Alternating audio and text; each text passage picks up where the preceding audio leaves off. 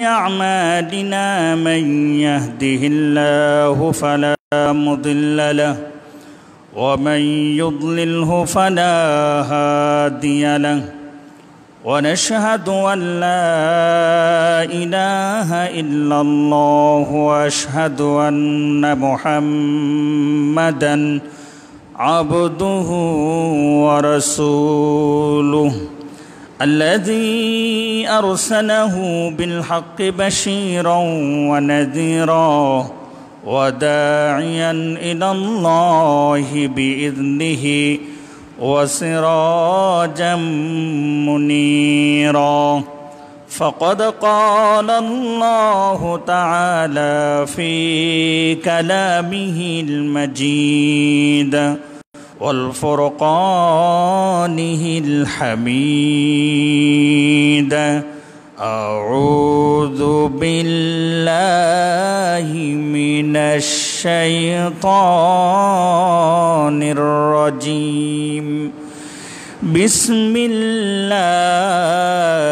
الرحمن الرحيم وأنكحوا الأيام منكم والصالحين من عبادكم وإمائكم إن يكونوا فقراء يغنهم الله من فضله والله واسع عليم. وقال النبي صلى الله عليه وسلم ألا لا تظلموا ألا لا يحل مال أمري إلا بطيب نفس منه أو كما قال النبي صلى الله عليه وسلم.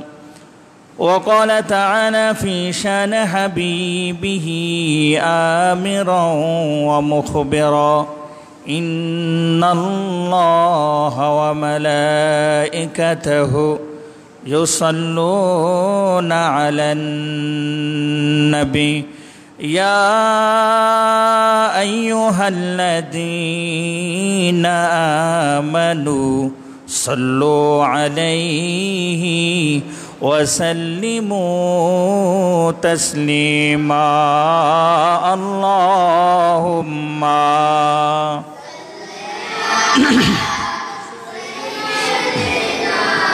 مولانا محمد وعلى آله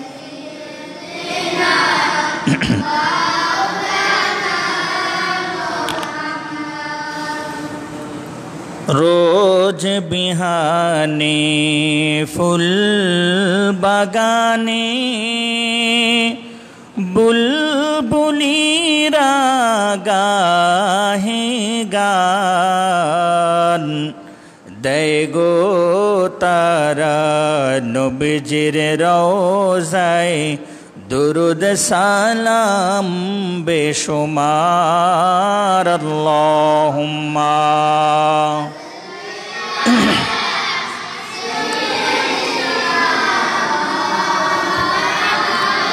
मुहम्मद वअला आलि सय्यिदिना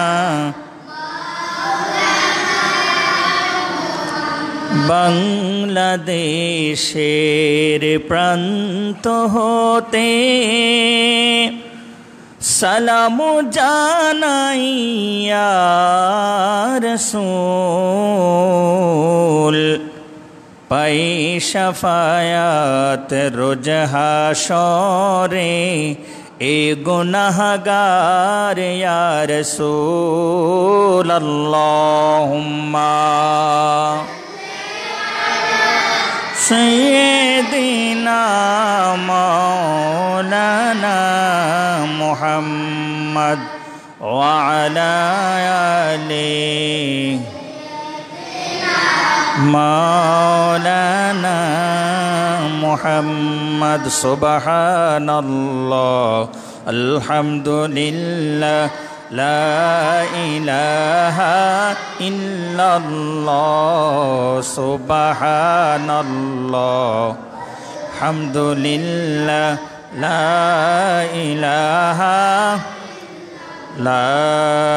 ইলাহা ইল্লাল্লাহু মুহাম্মাদুর রাসূলুল্লাহ সাল্লাল্লাহু আলাইহি ওয়াসাল্লাম। উপস্থিত মুসলিয়ানে কেরাম, মুরব্বিয়ানে ইজম, দিনদার মুসলমান ভাইয়েরা, হনের আওয়াজ যতদূর যাচ্ছে প্রত্যেক মোমেন ভাই বোনের প্রতি দ্বিতীয়বারের মতো সালাম বলছে, আসসালামু আলাইকুম ওয়া রাহমাতুল্লাহি ওয়া বারাকাতুহু। আমরা প্রত্যেকে আল্লাহ রব্বুল আলমিনের দরবারে শুকরিয়া আদায় করি যে মহামুনিব আল্লাহ রব্বুল আলমিন আমাদেরকে বড় মায়া করে, দয়া করে, অনেকগুলো মানুষ থেকে বাছাই করে, ঈমানের আলোয় আলোকিত করে আল্লাহর ঘরে, পৃথিবীর শ্রেষ্ঠতম স্থান আল্লাহর ঘর মসজিদে যথাসময় আসার, বসার, কিছু কথা বলার, শোনার যে তৌফিক দিলেন, সে আল্লাহ রব্বুল আলমিনের দরবারে শুকরিয়া আদায় করছি। মোহাব্বত নিয়ে, হৃদয়ের জড়তা হীনতাকে দূরে ঠেলে দিয়ে উচ্চ আওয়াজে মোহাব্বত নিয়ে বলছে আলহামদুলিল্লাহ।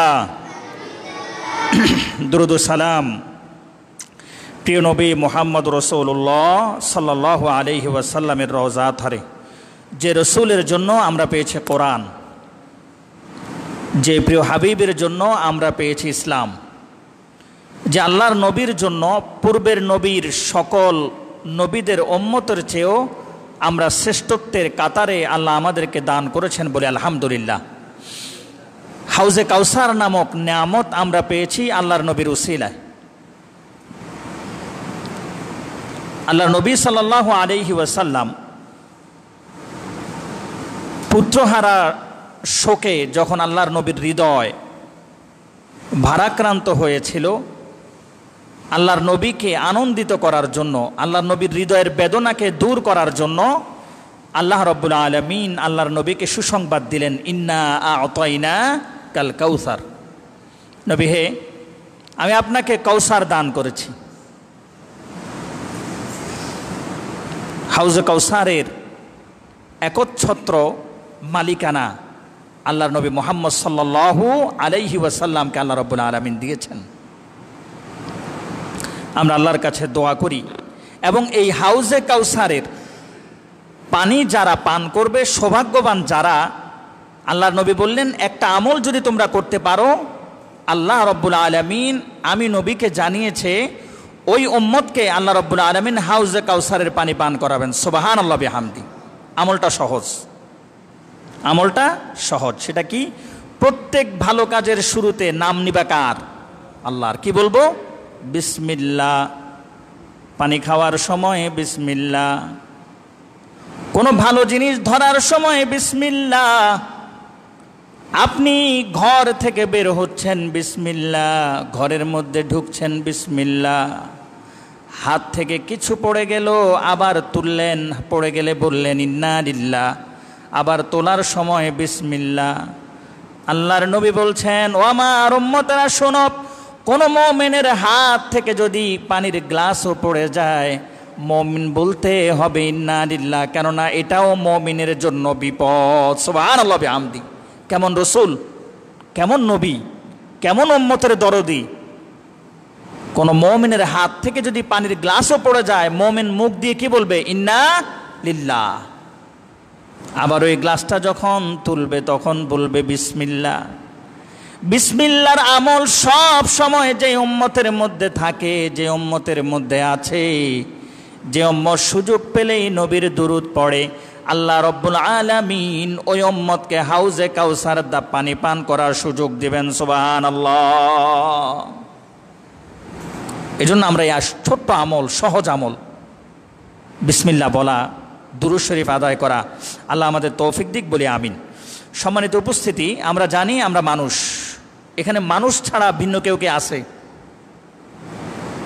আমরা মানুষ, আমরা আমাদের কথা বলি বা যতটুকু আওয়াজ যাচ্ছে, যারা শুনছে, শ্রবণ শক্তি যার আছে সে মানুষ।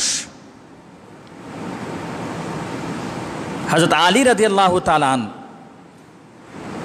উনি যে আল্লাহ প্রদত্ত বিশেষ জ্ঞানের অধিকারী ছিলেন, এর একটা প্রমাণ হলো এক ইহুদি চিকিৎসা বিজ্ঞানী বা চিকিৎসা বিজ্ঞান সম্পর্কে যার জ্ঞান আছে এমন এক ইহুদি হজরত আলীকে প্রশ্ন করলেন, ও আলী, মুসলমানরা বলে, আমরা শুনি তুমি জ্ঞানী, আল্লাহ নবীও তোমার ব্যাপারে, মোহাম্মদ আমরা বলবো সাল্লাল্লাহু আলাইহি ওয়াসাল্লাম তোমার ব্যাপারে বলেছে যে রসুল সাল্লাল্লাহু আলাইহি ওয়াসাল্লাম জ্ঞানের শহর, আর সেই জ্ঞানের প্রবেশদ্বার তুমি আলী। যদিও কেউ কেউ বলছেন এটা একটি প্রবাদ। সে আলী রাদিয়াল্লাহু তাআলা আনহুকে প্রশ্ন করা হলো, গো আলী, বলো তো কোন প্রাণীগুলো দুধ পান করে আর কোন প্রাণীগুলো দুধ পান করে না, অথবা কোন প্রাণীগুলো বাচ্চা প্রসব করে, কোন প্রাণীগুলো ডিম দেয়, এটা বোঝার উপায় কি? আমি কেমনে বুঝবো কোন প্রাণী স্তন্যপায়ী বা কোন প্রাণী ডিম দেয় অথবা কোন প্রাণী বাচ্চা দেয়? এটা বোঝার উপায় কি? তুমি কেমনে বুঝবা? তোমার এই সম্পর্কে তোমার জ্ঞান কি? হযরত আলী এক বাক্যে উত্তর দিলেন। সে বাক্যটা কি? যেসব প্রাণীর কান বাইরে এগুলো বাচ্চা প্রসব করবে, সুবহানাল্লাহ বিহামদি, আর যেসব প্রাণীর কান ভিতরে এগুলো ডিম দিবে, সুবহানাল্লাহ বিহামদি। হযরত আলীকে প্রশ্ন করলেন, আলী বলো তো বংশ বিস্তারের জন্য কোন প্রাণীর ভিতরে আল্লাহ কি দিলেন? কোন প্রাণী বংশ বিস্তার করে ডিমের প্রক্রিয়ায়? কোন প্রাণী বংশ বিস্তার করে গর্ভধারণ প্রক্রিয়ায়? হযরত আলী জবাব দিয়ে দিলেন, যে প্রাণীগুলোর কান বাহিরে এগুলো গর্ভধারণ করে আর যাদের কান ভিতরে এগুলো ডিম দেয়, সুবহানাল্লাহ বিহামদি। এক জবাবে ওই ইহুদি ইসলামের শাশ্বত বাণী বা ইসলাম যে সকল জ্ঞানের আধার এটা বিশ্বাস করে সে ঈমানের আলোয় আলোকিত হয়ে ঈমানদার হয়েছে, সুবহানাল্লাহ বিহামদি। এই যে মানুষ পৃথিবীতে বিস্তার করবে, মানুষের পর মানুষ পৃথিবীতে আসবে, এই বৈধ প্রক্রিয়াকে আমাদের সমাজ আমরা বলি বিবাহ। আমরা কি বলি? বিয়ে। আমরা কি বলি? বিয়ে। আরবিতে এই শব্দটি এসেছে নিকাহ। এই শব্দটির, নিকাহ শব্দের একদম সহজ এবং সবচেয়ে উল্লেখযোগ্য অর্থ হলো সহবাস। নিকাহ শব্দের সহজ অর্থ এবং যেই অর্থটা সকল অর্থকে এক জায়গায় আনে ওটা হলো বাংলা সহবাস, অর্থাৎ বিপরীত লিঙ্গের সহ অবস্থানের বৈধ যেই প্রক্রিয়া সেটাকেই বলা হয় নিকাহ বা বিবাহ, সুবহানাল্লাহ বিহামদি। একজন নারী একজন পুরুষ উভয় আল্লাহ রাব্বুল আলামিন তাদের শারীরিক কিছু পরিবর্তন দিয়েছেন। উভয়ের মধ্যে, একজনের মধ্যে, পুরুষের মধ্যে আল্লাহ দিলেন স্পাম, নারীর মধ্যে আল্লাহ দিলেন ওবাম। পুরুষের মধ্যে আল্লাহ দিলেন শুক্রাণু, নারীর মধ্যে দিলেন ডিম্বাণু। এই শুক্রাণু এবং ডিম্বাণু এগুলো মানুষের শরীরের অ্যাডোফিল হরমোনকে উদ্বেলিত করে। আমাদের শরীরে একটি হরমোন আছে যেটাকে বলা হয় অ্যাডোফিল হরমোন, অথবা এই হরমোনের সংস্পর্শে আরেকটা হরমোন জন্মায় যার নাম টেস্টোরেন হরমোন। এই অ্যাডোফিল হরমোন এবং টেস্টোরেন হরমোন, অ্যাডোফিল হরমোনের চূড়ান্ত রূপ হলো টেস্টোরেন হরমোন। এই হরমোনগুলোকে উদ্বেলিত করে দেওয়ার জন্য এবং এই উদ্বেলিত প্রক্রিয়া বৈধ হওয়ার জন্য আল্লাহ রাব্বুল আলামিন যেই প্রক্রিয়া দিলেন সেটাই হলো বিবাহ, সুবহানাল্লাহ বিহামদি। শুক্রাণু এবং ডিম্বাণুর বৈধ মিলন প্রক্রিয়ার নামই হলো বিবাহ। এই বিবাহ পদ্ধতি হালাল না হারাম? বিয়ে পদ্ধতিকে কোনো ধর্ম হারাম বলেনি। আপনি জেনে অবাক হবেন, পৃথিবীতে এমন কোনো ধর্ম নাই যেই ধর্মের মধ্যে বিবাহ প্রক্রিয়া নাই। যদি বিবাহবিহীন তাদের সম্পর্ক হয় তাইলে সেই সম্পর্কটাকে তারা বলে ওপেন রিলেশনশিপ অথবা ওপেন সেক্সুয়াল ইমপ্লান্ট। পাশ্চাত্য দেশে, মুসলিম দেশে নয়, খ্রিস্টানদের দেশের কথা বলছি, বা যেসব এলাকায় এই নারী পুরুষের অবাধ মেলামেশার অনুমোদন রয়েছে তাদের ক্ষেত্রে, কিন্তু সেই অবাধ মেলামেশার দেশগুলোতেও বিবাহ পদ্ধতি রয়েছে।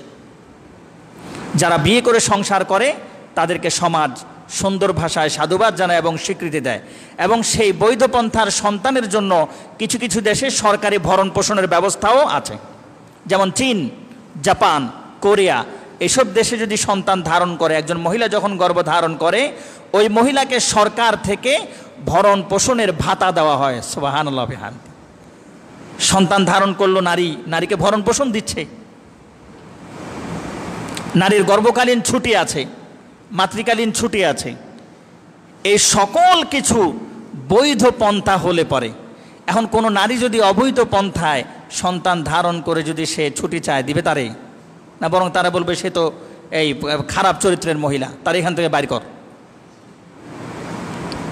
এই হালাল পদ্ধতির বিবাহ, এই সম্পর্কগুলো আজকে আমরা সাধারণ বিষয়গুলোকে গুরুত্ব না দেওয়ার কারণে হারাম হয়ে যাচ্ছে।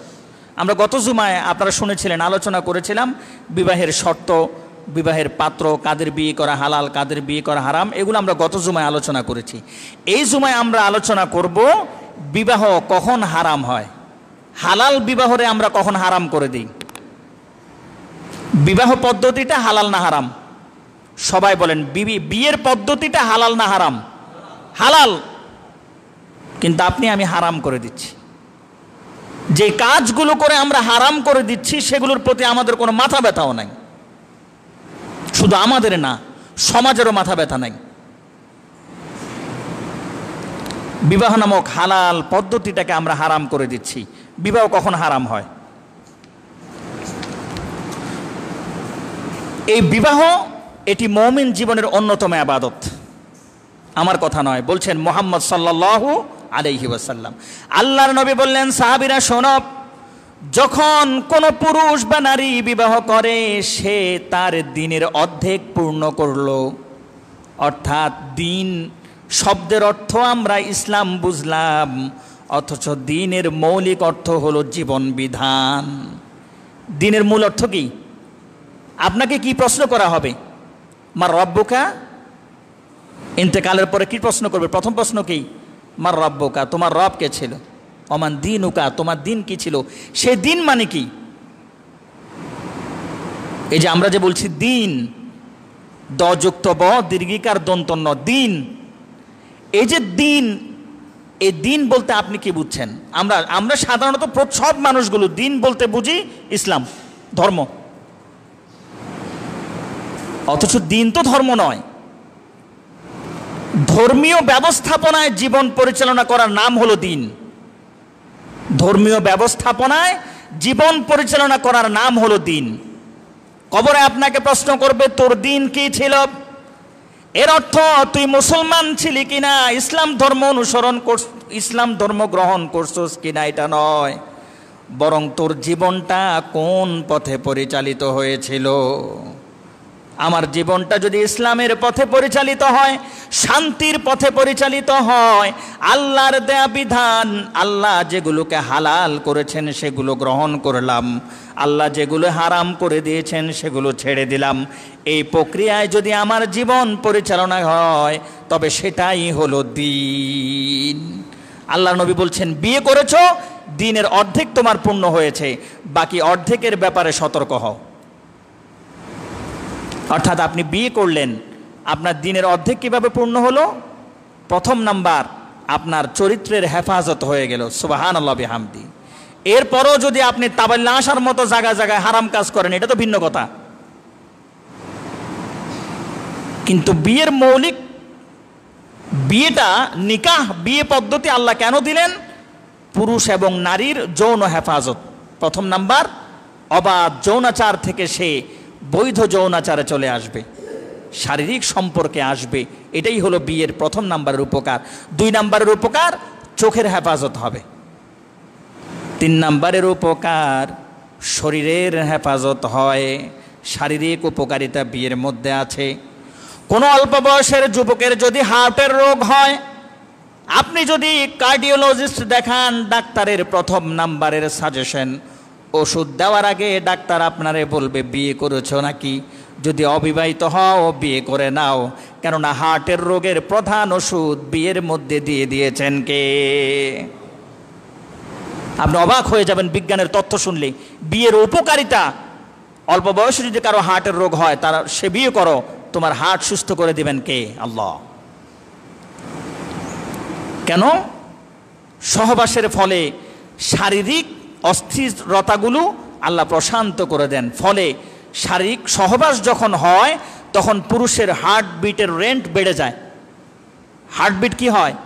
বেড়ে যায়। হার্ট তখন ঘন ঘন পাঞ্চ করে, কিন্তু ওই ঘন ঘন যে রক্ত পাঞ্চ করে ওইটা টেনশনের কারণে না, বরং শারীরিক প্রশান্তির কারণে। ফলে হার্টের ওই শিরা উপশিরাগুলো সচল হয়ে যায়, হার্টের রোগ প্রশমিত হয়, দূর হয়ে যায়। সুবহানাল্লাহ বিহামদি। এটা অন্য কোনো সময় হবে না। হারাম কাজ করতে গেছো তখনও তোমার হার্টের রেট বাড়বে, কিন্তু আল্লাহর গজব পড়বে, হার্ট নষ্ট হবে। কিন্তু বৈধ সম্পর্ক যখন হবে স্বামী স্ত্রীর, তখন হার্টের ওই পাঞ্চ রেটটা উপকারে কাজে লাগে। এগুলো অবাক হবেন আপনি, কোরআনের সাথে বিজ্ঞান মিলালে কেমনে সম্ভব? আল্লাহর নবী কিভাবে বিজ্ঞানের তথ্যগুলো দিয়ে গেলেন। বিয়ের আর অনেক উপকারিতা আছে। বিয়ে হারাম হয়, প্রথম নাম্বারের যে কাজটা দিয়ে আমরা বিয়েটারে হারাম করি সেটা হলো বৈরাত ধরে। কি ধরি? কনাকা বৈরাত। দাবি করে যদি মেয়ের বাড়িতে খানা খাও, ওই বিয়েও হারাম, ওই খানাও হারাম। দাবি করে যদি মেয়ের বাড়িতে দাওয়াত খাও, বিয়েও হারাম, ওই খানাগুলাও হারাম। বৈধ একটা সম্পর্কের হারাম করে দিলা। এবার আসো 2 নাম্বার, বিবাহের অনুষ্ঠানে ভিডিও করা হারাম। বিয়ের অনুষ্ঠানে ভিডিও করা হারাম। মানুষেরা খানা খাবে তো বইয়াই দিই, ওই তো শতানের বাচ্চা এরকম একটা লইয়া এরকম ভিডিও করে, এতে কেমনে খায় চায়। আবার ভিডিও করা শেষ, রাত্রেবেলা সবগুলো এক জায়গায় বসে কয়, ওমা দেখো না আব্দুল্লাহ ভাই ক্যাঙ্গুরি খার। পরের দিন আবার তারা খোঁড়া দেয়, বীর বিড়িতে দেখছি ভাই তুই যে টানা টানর। এই পদ্ধতিকে হারাম। ইসলামের শরিয়া বেত্তাগণ আলেমগণ একমত হয়ে 15টি কর্মকাণ্ডকে হালাল বৈধ বিয়েতে হারাম ঘোষণা করেছেন। তার মধ্যে 2 নাম্বারের হলো বিয়ে অনুষ্ঠানে ভিডিও করা। এটা হালাল না হারাম? এ কথা কয় না, হালাল না হারাম? হারাম। যারা করেছো তওবা করো, যারা এরকম করছো তওবা করবা, আল্লাহর কাছে মাপ চাইবা, ইস্তেগফার করবা। নিজে তো করেছি আল্লাহ ভুল, আমার সন্তানদের ক্ষেত্রে এই ভুল করতে দিব না। আমি যদি বেঁচে থাকি দৃঢ়পত্তায় আমি বাধা দিব। এই তওবা যদি করো আল্লাহ মাফ করে দিবে। বৈধ বিয়েকে 3 নাম্বার হারাম করে দেয় গান বাজনার আয়োজন করে। কি করে? গান বাজনার আয়োজন হয় না? মনে হয় হয়। এই সমাজে নাই মনে হয় গান বাজনার আয়োজন হয় বিয়েতে। গায়ে হলুদে হয় না?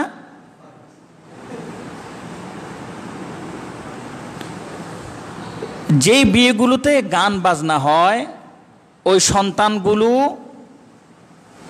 মেধা কম হয়। যে বিয়েগুলো হারাম প্রক্রিয়া দিয়ে শুরু করে, তওবা যদি না করে, ওই তওবা না করা অবস্থায় যদি সন্তান হয়, ওই সন্তানগুলোর মেধা কম হবে। আল্লামা জুলফিকার নকশবন্দি রহমতুল্লাহ বারাকাল্লাহ, উনি এখনো বেঁচে আছেন, উনি বলছেন যে যেই বিয়েতে গান বাদ্য হয় ওই তারা যদি তওবা না করে, ওই অবস্থায় যদি ওই নারী পুরুষের সন্তান হয়, সন্তানের মেধা কম হবে। 1 নাম্বারের গজব। এটা এটা এটা নিয়ামত না গজব? গজব। 1 নাম্বার গজব হলো সন্তানের মেধা কম হবে। আল্লাহ না করুক, উনি বলছেন আল্লাহ না করুক সন্তান প্রতিবন্ধীও হতে পারে। মস্কারি। 3 নাম্বার, স্বামী স্ত্রীর মধ্যে কখনো বনাবনি থাকে না। জামাই যদি বুঝে 1 সামিস, বউ বুঝবে 3 সামিস। বুঝেন কথা? বাংলা কথা কইলাম আর কি। জামাই যদি বুঝে 1 সামিস, বউ বুঝবে কয় সামিস? 3 সামিস। তো 3 আর 1 কখনো মিলে? এরপরে 4 নাম্বার, এদের সম্পর্ক আল্লাহ না করুক সম্পর্কগুলো বেশি দিন টিকে না। এভাবে উনি 7টি কুফল বর্ণনা করেছেন। 4 নাম্বার, এই হারাম কাজ দিয়ে শুরু করা বিয়েগুলোর মধ্যে ছেলে মেয়েগুলো শ্বশুর শাশুড়ির মা বাবার খেদমত করে না। এটা একদম বাস্তব প্রমাণ। এই যেসব বিয়েগুলোতে এই এলাকায় বলছি, এই এলাকার কথা বলছি আমি, যেগুলোতে যেসব বিয়েগুলোর হলুদের মধ্যে গান বাজাইছো, ডেকসেট বাজাইছো, হারাম কাজ করছো, তাদের ঘরগুলো তোমরা মিলাই দেখো, আল্লাহর কোরআনের এবং হাদিসের বিশ্লেষণে আলেমদের বক্তব্য, ওই বউগুলো শ্বশুর শাশুড়ি খেদমত করে না। এটা একবারে জ্বলন্ত প্রমাণ। ওই পোলাপানগুলো মা বাপের মানে না, তারা তো মানে না, তাদের সন্তান যেগুলো আসবে এগুলো আরো বড় বেয়াদব হয়। যারা এই সমাজের যারা বিয়েতে বাজাইছো, তোমাদের সন্তানগুলো তোমরা যদি তওবা না করো, তোমাদের সন্তানগুলো এমন হবেই হবে। আর এই আজকের জুমার আলোচনা করার পরে যদি নাক ছিটকাই যদি বলো, হ্যাঁ, তাইলে আমরাও দোয়া করি আল্লাহ তোরা এগুলো আরো ভালো করে হওয়ায় দেখাক। তওবার জায়গায় যদি নাক ছিটকাও, তাইলে আমরাও দোয়া করি আল্লাহ এই জালিমদেরকে তুমি প্রত্যক্ষ প্রমাণ দেখাও।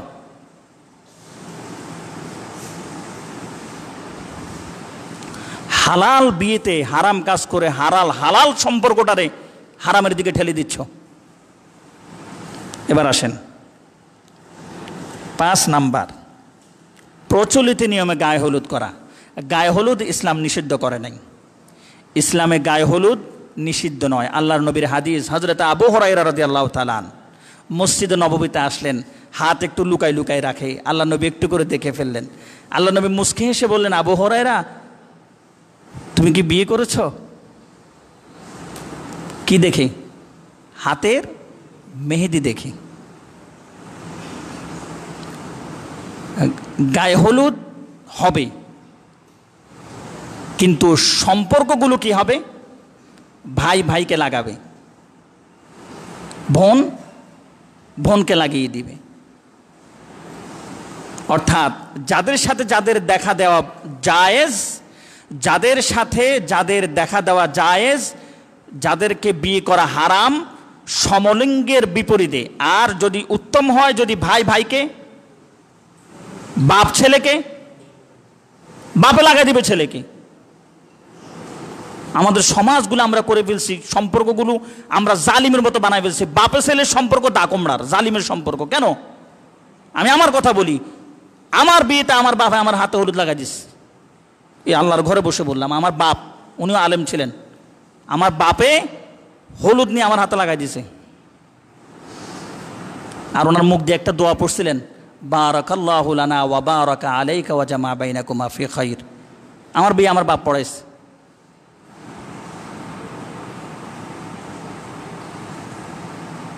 বাপে লাগাই দিবে ছেলেরে, বড় ভাই লাগাই দিবে ছোট ভাইয়েরে, ছোট ভাই লাগাবে ভাইয়েরে, এবং সেটা অবশ্যই হতে হবে পর্দার সহিত। এই জন্য এখানে কি বলেছেন আলেমগণ? প্রচলিত নিয়মের গায়ে হলুদ। খালতো বোন, শাস্তো বোন, মামতো বোন, সদ্য গোষ্ঠীর বোন সবগুলো এক জায়গায়, তাই বাইয়ে বাইয়ে এগুলা।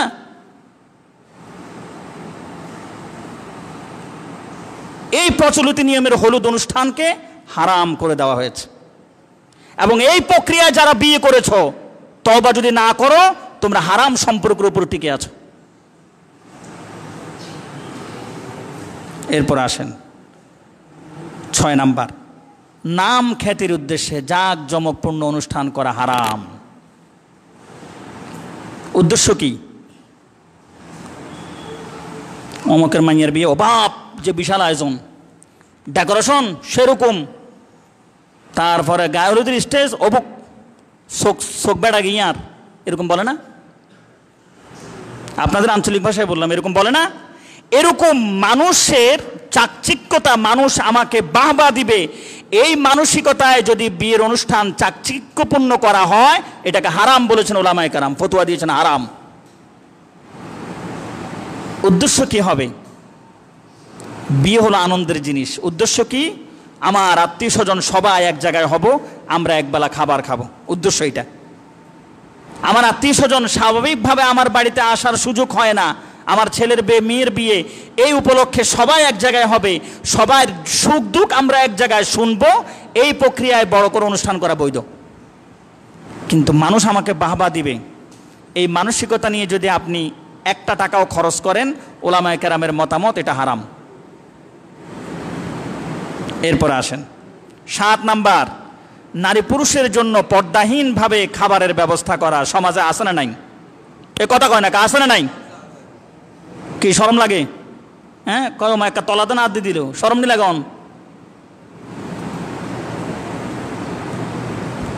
পর্দাবিহীন নারী পুরুষের খাবারের ব্যবস্থা করা যেই বিয়েতে হয় ওই প্রক্রিয়াকে হারাম বলেছেন, হারাম। আপনি পর্দার সাথে করেন, অথবা পুরুষ আসার আগেই মহিলাদের খাবার শেষ। আর আমার মত, এটা হলো আমার ব্যক্তিগত মত, আমার মতে উচিত প্রত্যেক বিয়ের অনুষ্ঠানের খাবার আগে মহিলাদের দিয়ে শুরু করা। নারীদের উপর জুলুম হয়, 4টা-5টা বাজে মহিলাগুলোর খানা দাও, এগুলো তখন না থাকে খিদা, না পায় ভালো কোনো খাবার। সব বেড়াদের জন্য আয়োজন, বেড়াদের জন্য কিছু নাই। মহিলাদেরকে এখানে ঠকানো হয় বিয়ের অনুষ্ঠানগুলোতে। মহিলাগুলোর আগে খাওয়াই দিবা, পর্দার ব্যবস্থা করে মহিলাদের খাওয়া শেষ, এরপরে পুরুষের খাবার শুরু হবে। না, সব বেড়া করে খাবাই সাফা করাই, এবার ওই জুড়ে জাটা মহিলাদের জন্য রাখে। পর্দাবিহীন খাবারের ব্যবস্থা করা হারাম। 8 নাম্বার, 9 নাম্বার, ওই যে তোমার মাইয়া শুকুল্লাই দিবে। এখন আর যৌতুক চায় না, এখন আর কি চায় না? এখন আর আমাদের সমাজে কি চায় না? যৌতুক চায় বলে খুব কম। এখন ডায়লগ কোনটা? তোমারও মাইয়া শুকুল্লাই দিবা।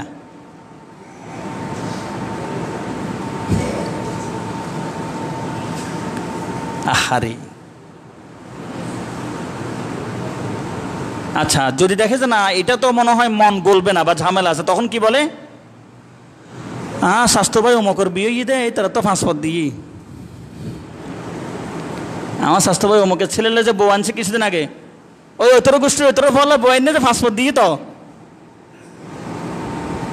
আহা, কি কঠিন করে ফেললেন।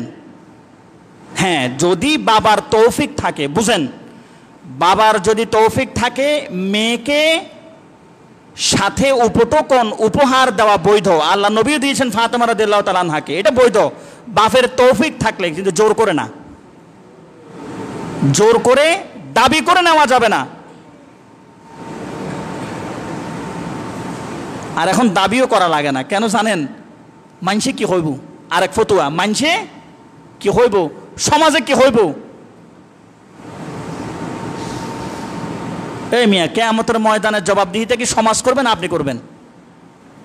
বুঝেন নাই? আপনার মেয়ে সমাজের ইজ্জত বাঁচানোর জন্য আপনি সুদের টাকা নিয়ে মেয়ের বিয়ের অনুষ্ঠান করলেন, সুদের টাকা নিয়ে মেয়ের বাড়িতে আপনি উপহার পাঠালেন, উপটোকন পাঠালেন। এই সুদ যে নিছো, সুদ যে খাইছো দিছো, এটা জবাব কি তোমার সমাজ দিবে না তুমি দিবা?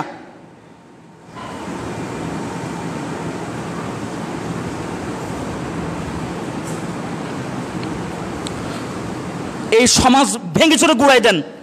যেই সমাজ মানুষকে অন্যায়ের দিকে ঠেলে দেয়, সুদের দিকে ঠেলে দিয়ে অনুষ্ঠান করায়, এই সমাজ ভেঙে দেন, চুরমার করে দেন, এই সমাজ ব্যবস্থাকে গুড়াই দেন।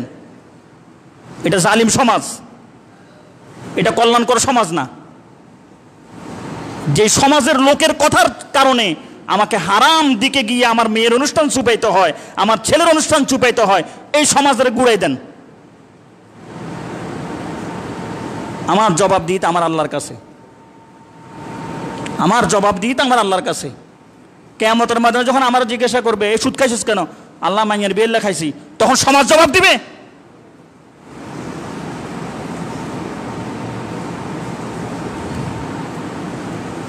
এই জন্য খবরদার, মানুষকে খোঁটা দিবেন না। ফ্ল্যাট বেশি ফেলিস না, এরকম বলে না?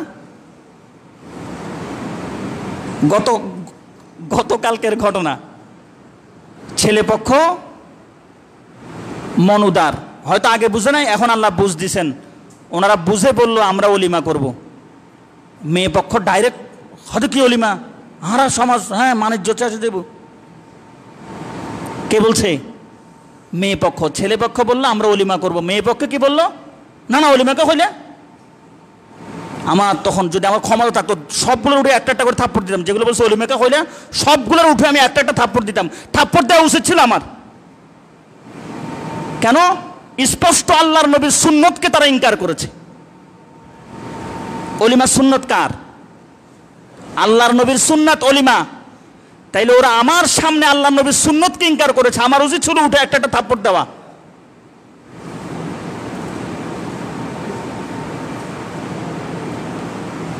পরে আবার বুঝার পরে বলল সমাজে কি হইব, হয়তো আরা যদি অলিমা করি, অলিমা যদি আরা যাই হবে ফ্লেট বেশি ফেলাই।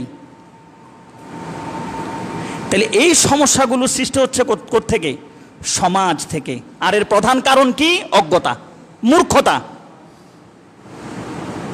নৈতিকতা বা সামাজিক চরিত্রের জ্ঞান কি, এগুলো না থাকার কারণে এগুলো ঘটছে।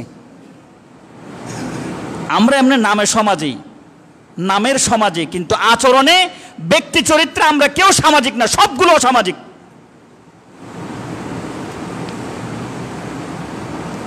অথচ অলিমার মতো সুন্নত পন্থাকে বলা হচ্ছে মানসিকে হইব আনা ফেলেট বেশি ফেলেই না।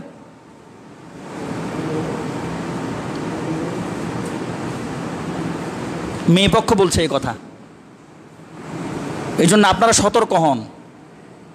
আপনি একজন একটা সুন্নত পদ্ধতি করে দেখান, লোকের কথায় কি আসে যায়। আমি যদি আল্লাহর নবীর সুন্নত জিন্দা করতে পারি, এই একটা সুন্নত জিন্দা করার বিনিময়ে আল্লাহ আমার গুনাহ ক্ষমা করে জান্নাত দিতে পারেন কিনা? পারেন, এবং দিবেন।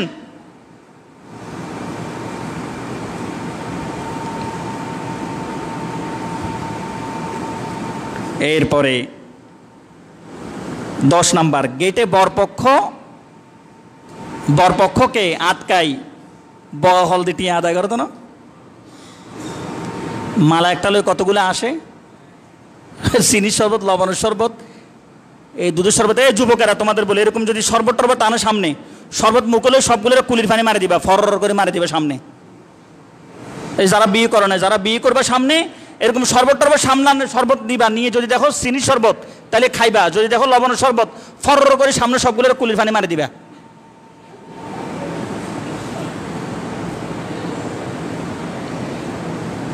এরকম গেইটে জোর করে যে টাকা আদায় করে, এটা হারাম। এটা কি? হারাম। খবরদার এটা করবেন না। হ্যাঁ, আনন্দ হিসাবে জামাইয়ের কাছে ছোট ছোট বাচ্চাদের আবদার থাকে, ছোট ছোট বাচ্চাদের, অ্যাডাল্ট না, ছোট ছোট বাচ্চাদের এটা আবদার থাকে, আনন্দের আবদার। সেটা কেমন হবে? জামার কাছে চাইবে, জামাই খুশি মনে যা দেয় তা চলে যাবে, শেষ। কিন্তু ওই জোর করে দাবি করে 5,000, 10,000, 15,000 টাকা না দিলে মালাবা দিব না, এইটা দিব না, ওইটা দিব না, এই যে প্রক্রিয়াগুলো করা হয় এগুলো হারাম। বুঝে আসছে কথা? এরপরে আসেন, এরপর বউরে যে পুতুলের মতো পর্দা টর্দা সারা যে স্টেজে বসায় রাখা, আছে না নাই? আছে। আপনাদের সমাজে হয় এরকম? মানুষজন এদিকে খায়, বউ একটা পুতুলের মতো এমনি করে বসায় রাখছে, কয় আনছি আমগো বউ আনছি স। এরকম করে কিনা? এ কথা কও না, এরকম করে না? কি শরম লাগে কথা বলতে? বউ একটা স্টেজের মতো পুতুলের মতো এমনি বসায় রাখে, হেতের উপর ঠাড়া ফাড়া বগার মতো এমনি সেপ্টাই থাকে। মেকআপের লইতে আজকাল তো কাঁদা গাড়ি বন্ধ হয়ে গেছে, মেকআপ লাগানোর ঠেলায় এখন আর কান্না করতেও পারে না এরা, না জানি মেকআপ দুই যায়নি, ওই এমনি গলার শুধু আওয়াজ, কিন্তু চোখের কোনো পানি নাই,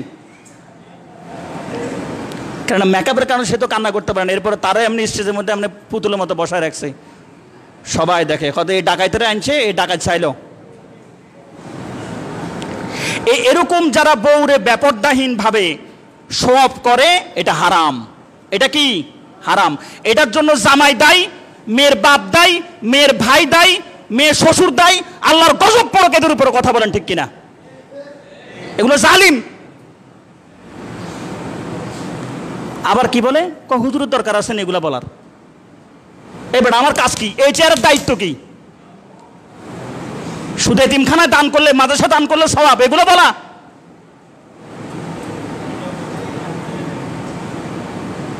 সমাজের রন্ধ্রে রন্ধ্রে যেসব ইসলাম বিরোধী কাজগুলো আছে, ওগুলোর কথা তুলে ধরা হলো এই চেয়ারের দায়িত্ব। চাকরি থাকবে, যাবে, এই চিন্তা করা যাবে না। রিজিকের মালিক কে? রিজিকের মালিক কে? আল্লাহ।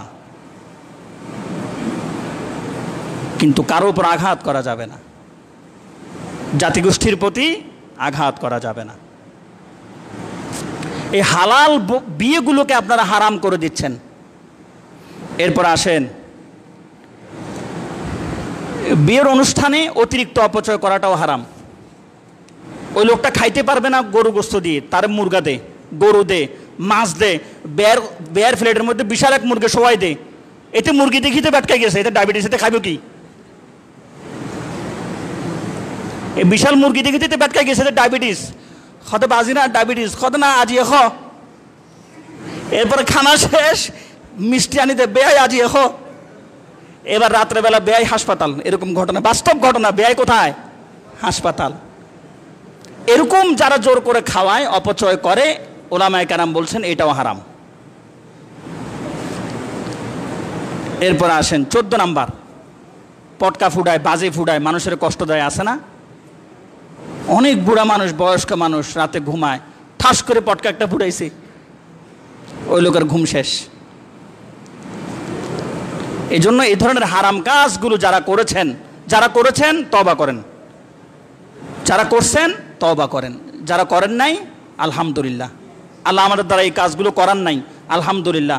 আল্লাহ আমাদের অনাগত ভবিষ্যৎ যারা, আমাদের সন্তান সন্ততি যারা, আল্লাহ তাদেরকেও এই কাজ থেকে দূরে রাখেন, বলেন আমিন। আর যদি তারা করেও, আল্লাহ আমাদেরকে দুনিয়াতে রাখিয়েন না। জালিম সন্তানের আচরণ দেখার জন্য দুনিয়ায় বেঁচে থাকার কোনো দরকার নাই। লই যান আল্লাহ। জালিম সন্তান থেকে ফানা চান। বাপের জুলুমের শাস্তি সন্তান ভোগ করে। বাপ জুলুম করছে, ছেলেগুলো জালিম হয়। জবাবদিহিতা দোনোজনের, এক পক্ষের না। এবার আসেন, এই যে বিয়ে করে, বিয়ে করার পরে বিয়ের যে প্রথম রাত, এটাও ইবাদতের রাত। বিয়ের প্রথম রাতে আপনারা কি বলেন? বাসর রাত বলেন নাকি? বাসর রাত, হ্যাঁ বাসর রাত। এটা হলো ইবাদতের রাত। বাসর রাতটা মূলত কিসের রাত? ইবাদতের রাত। এখন হতো না ইবাদত করিব, একটা ফুল টুল ছিড়াই আশারা ফাঁসারা হতাবার্তা হয়ে আর হতো না ইবাদত করতে। অথচ এই রাতটা ইবাদতের রাত। কেমন ইবাদতের রাত? আহারে, এগুলো এখন আর নাই। থাকবে ওর থেকে মাইয়ার যে মেকআপ ডলাইছে, এই মেকআপ ডলানো অবস্থা যদি এতে গোসল করে, এদের কিছু থাকবো নি।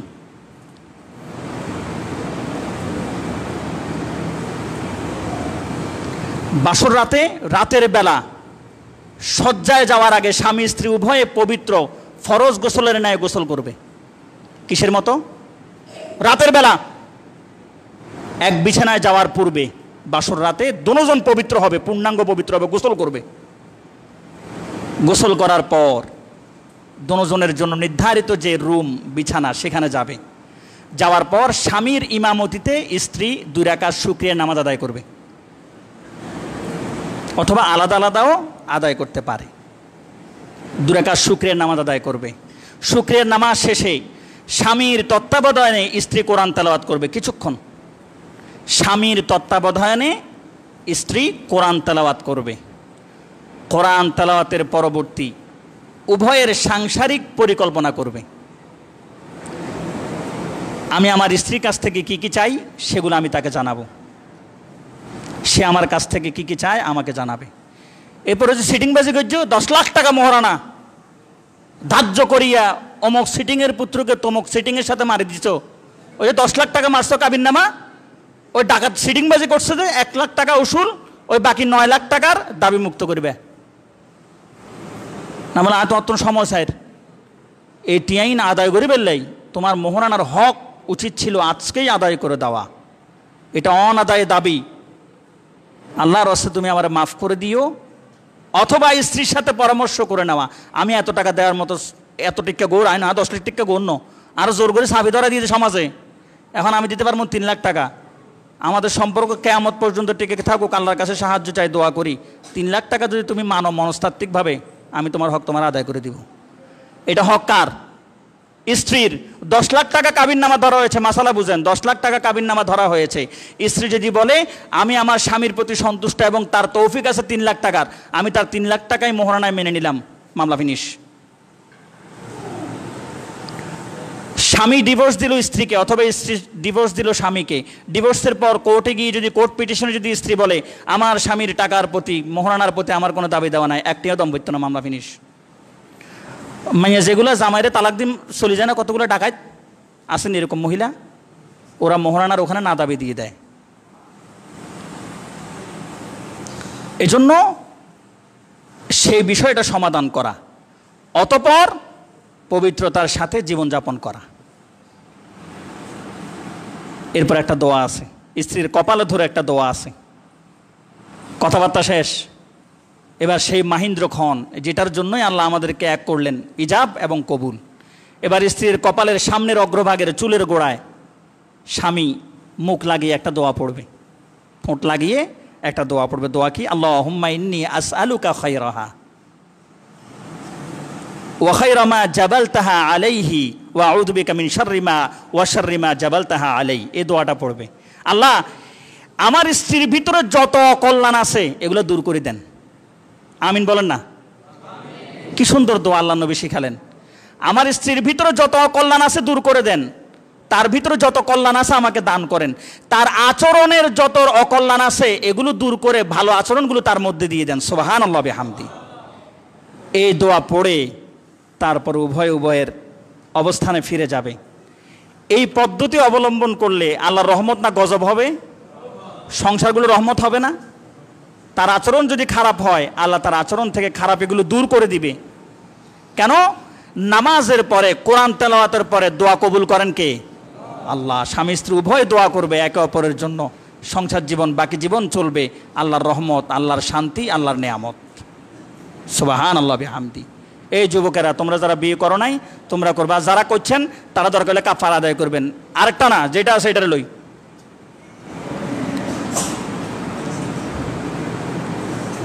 এই জন্য আল্লাহ আমাদের সকলকে কবুল করুন। আর এই যে ইসলামিক পরিবার নীতি, এই সম্পর্কিত জ্ঞান অর্জন করা ফরজ, কিন্তু আমরা তো তা করছি না, করার সুযোগও আমাদের নাই। এর কারণ হলো আমরা সব তো ব্যক্তিকামে ব্যস্ত, এক একজন যেই কাজের কাজ আমাদের, অথচ আপনার স্ত্রীর অধিকার সে কোরআন পড়তে পারে কিনা সেটা যাচাই করে তাকে কোরআন শেখানোর দায়িত্ব কার? স্বামীর। এই জন্য আল্লাহ রাব্বুল আলামিন আমাদের সকলকে কবুল করুন, আমিন। ওয়া আখিরু দাওয়ানা আলহামদুলিল্লাহি রাব্বিল আলামিন। আসসালামু আলাইকুম ওয়া রাহমাতুল্লাহি ওয়া বারাকাতুহু। যারা সুন্নাত আদায় করেননি সুন্নাত আদায় করে নিন।